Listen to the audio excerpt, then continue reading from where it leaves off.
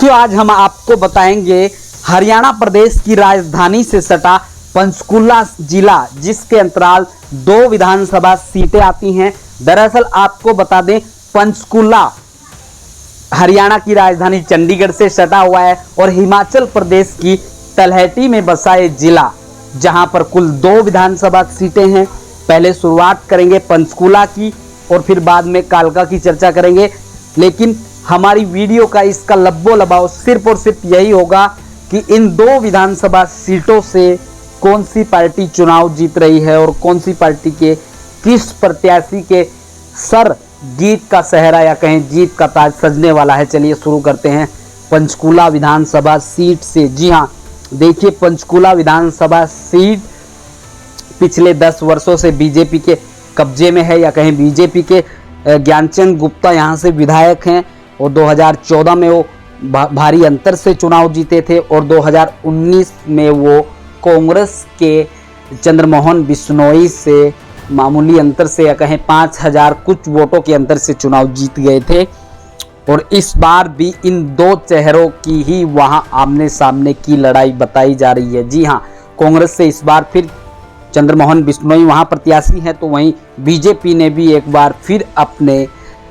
5 वर्षों तक जो हरियाणा विधानसभा के अध्यक्ष रहे ज्ञानचंद गुप्ता को फिर से चुनावी अखाड़े में उतार दिया है। अगर बात करें यहाँ पर आम आदमी पार्टी की, तो आम आदमी पार्टी ने भी यहाँ बनिया समाज से ही प्रत्याशी उतारा है, तो वहीं जेजेपी ने भी यहाँ बनिया समाज के प्रत्याशी को ही मैदान में उतारा है। तो हम आपको बताते हैं, देखिए, यहाँ पर जो जातीय समीकरण है, सबसे ज़्यादा बाहुलता यहाँ बनिया समाज की ही है और उसके बाद यहाँ सबसे ज़्यादा पंजाबी वोटर्स हैं और फिर जाट, गुर्जर, बाकी दलित कम्युनिटी के लोग हैं। तो यहाँ पर जो जब भी पंचकुला में चुनाव हुए हैं तो कहीं ना कहीं बनिया जो वोटर्स है वो कहीं ना कहीं हावी रहता है। और इस बात भी यही वजह है कि बीजेपी ने बनिया समाज से ताल्लुक़ रखने वाले जो है ज्ञानचंद गुप्ता को ही प्रत्याशी बनाया है। जी हाँ, ये 2 बार से यहाँ विधायक हैं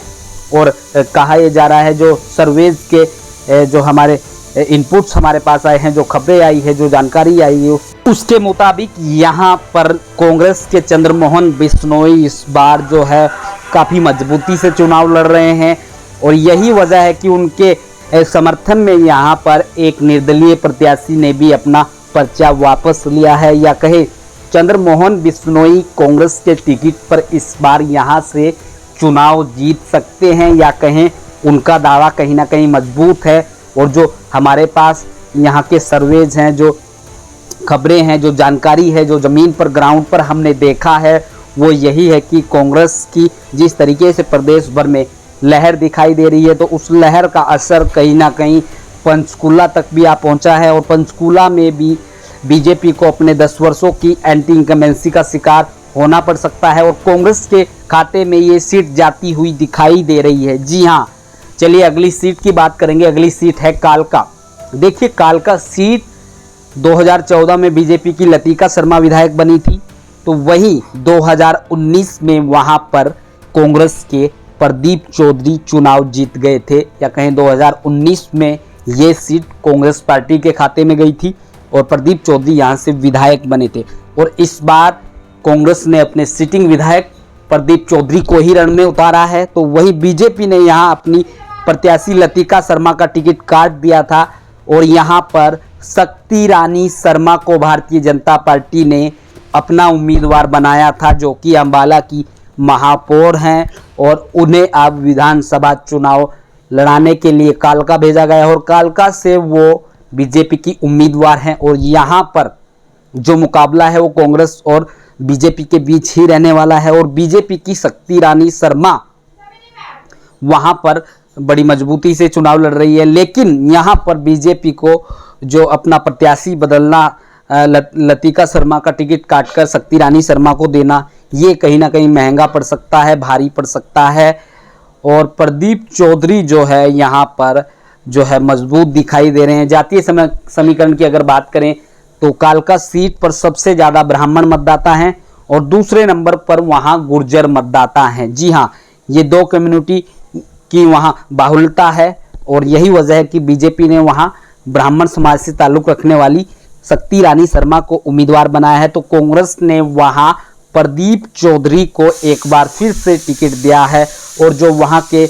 इनपुट्स हैं, जो जांच एजेंसी के जो तमाम सर्वेज हैं, उनके मुताबिक हम आपको बता रहे हैं ये सीट भी इस बार कांग्रेस के खाते में जाती हुई दिखाई दे रही है। जी हाँ,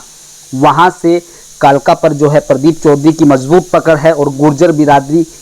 से ताल्लुक़ रखते हैं और तमाम गुर्जर समुदाय इनके साथ लामबंद है और तमाम और जो वोटर्स हैं उन पर भी इनकी काफ़ी मजबूत पकड़ बताई जाती है। तो यही वजह है, जो इनपुट्स हैं, जो हमारे पास खबरें हैं, उनके मुताबिक आपको बता दें ये सीट भी कांग्रेस के खाते में जा सकती है और प्रदीप चौधरी यहां से एक बार फिर चुनाव जीत सकते हैं, विधायक बन सकते हैं। तो ये थी पंचकुला जिले की दोनों सीटें, जो कि हमने दोनों सीटों का हाल आपको बताया। इस बार का जो चुनाव है वो कहीं ना कहीं दिलचस्प है और बीजेपी के खिलाफ 10 वर्षों की एंटी इनकम्बेंसी है। यही वजह है कि